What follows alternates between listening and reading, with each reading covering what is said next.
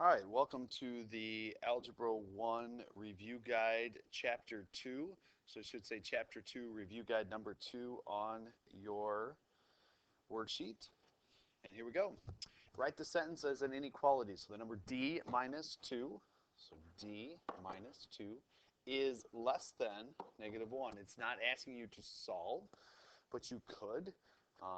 But it, again, it's not asking you to. 10 is at least. Now, is at least is a greater than or equal to, and then the product of 5 and 8. So product means multiplication. So the multiplication of 5 and 8. Graph, okay? 4 on a number line. Now, my class, I require them to put a number bigger than a number smaller. Your teacher may not require that. Open circle because there's no equal to line. So there's no equal to line, so we'll put an open circle and shaded greater. Again, some of your guys' teachers may do this as well, just open circle and greater. Again, 2, number bigger, number smaller. Closed circle this time. Again, the equal to line that's right there underneath there tells you whether or not it'll be an open circle or closed circle. So this is a closed circle, shaded less. -1, number bigger and number smaller again for my classes. Closed circle because of the equal to line, shaded less. Now, some of you are going to need to look at that. The z is smaller than -1. Notice where the inequality symbol is pointing towards, that is the smaller side. Solving now. So basically the rest of this entire review packet is going to be about solving. Notice there is no absolute value here. So we're talking about solving one problem. So 6, open circle, shaded less. Adding 4 to both sides to solve. Again, one answer, open circle, shaded less again. Adding 6.7 to both sides. Don't be alarmed by the 8. 8.8 is greater than or equal to m. So here's how I tell my class, just the integer bigger and the integer smaller. Closed circle this time, because we have an equal to line, and shaded less. Dividing by 3. Now, it's all about what you are dividing or multiplying by. Since you are dividing by a positive 3, you do not change the inequality symbol. Open circle, shaded greater. Notice the x is greater than -7. Multiplying both sides by 5. So there's my answer. Again, some of your guys' teachers may not require you to put any other numbers on there. So closed circle, because there's an equal to line, shaded greater. Again, my classes, I'd really like for you to show the other numbers around the answer. Hardest one we've had so far. I'm going to multiply both sides by a -4. Now, since I'm multiplying by a negative, the inequality symbol changes, and dividing by 3. So now, there's my answer. I have a closed circle, shaded greater. If you want the number bigger and the number smaller, there you go. Again, multiplying by a negative. Anytime you multiply by a negative value, the inequality symbol switches directions. Closed circle because there's an equal to line, shaded less. If you want a number bigger and a number smaller, there you go. Divide both sides by 2. That does not change the inequality symbol. So open circle, shaded greater. Dividing by a -1.2, because what I'm dividing by is negative, the symbol switches. Don't forget that on tomorrow's test. And so now I got an open circle, shaded less. Again, those of you in my class, I'd like to see more numbers around the answer. Now, multi-step solving. Add 4 to both sides. divide by 3 to both sides. None of that changes the inequality symbol. Open circle, shaded greater. Again, those in my class, bigger numbers and smaller numbers. Multi-step. Now, this is one of the most missed questions for some reason. You always need to add or subtract first and then multiply next. Okay, I know some teachers say you need to smeg. All right, negative 26 is an open circle and shaded greater.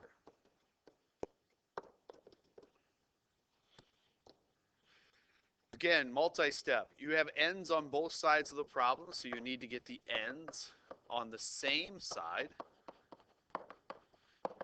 Then add or subtract and multiply. None of those operations change the inequality symbol. It's a closed circle, as there's an equal to, and shaded greater. Again, multi-step problems. Distribute. By the way, I don't like S's, so I use a cursive S.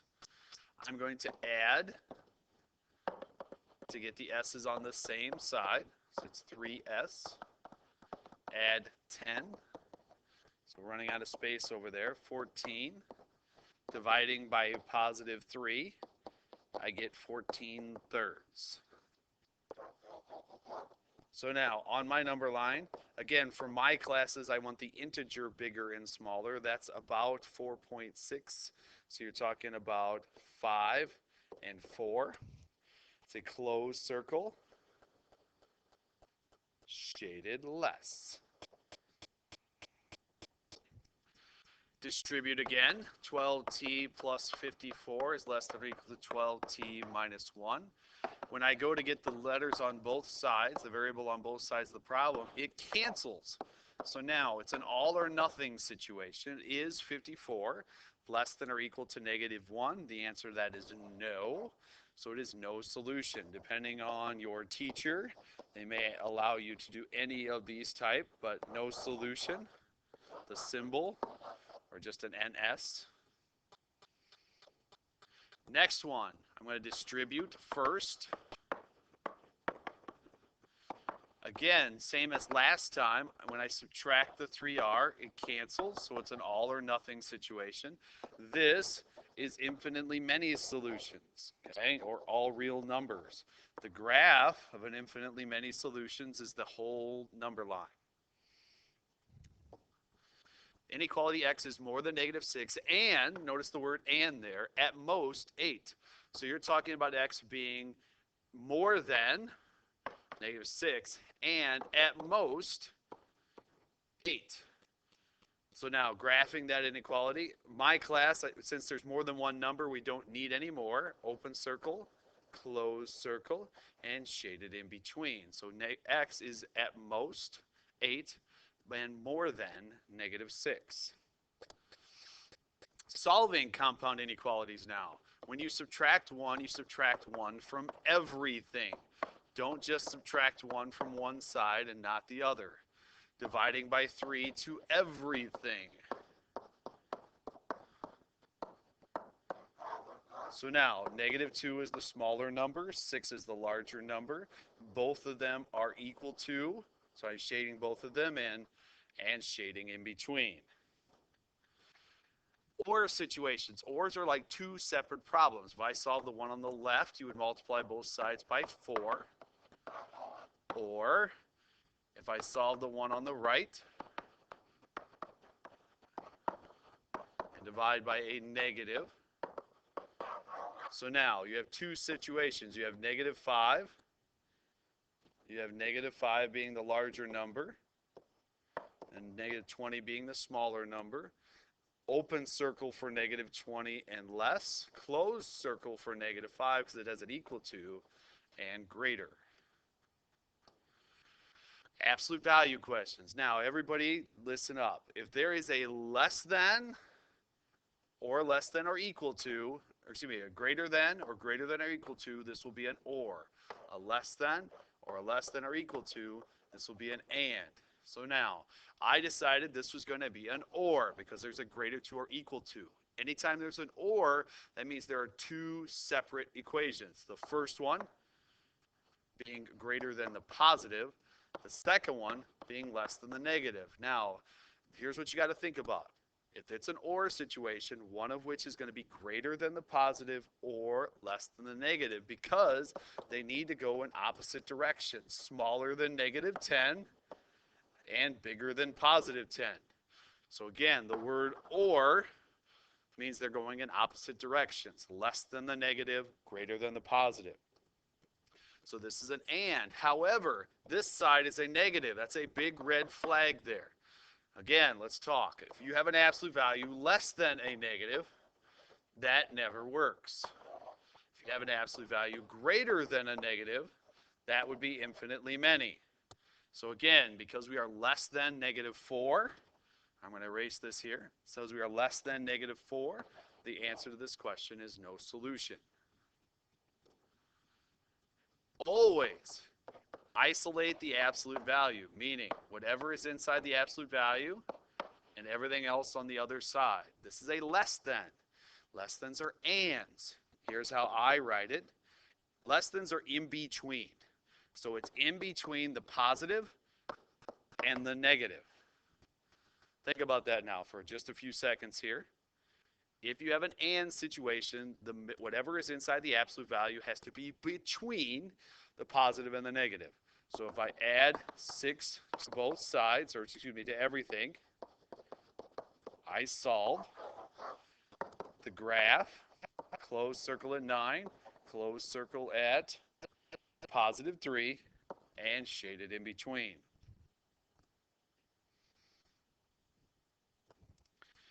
Always isolate first. So add 7 first. You'll be amazed at how many people will mess this up. Divide by 5 next.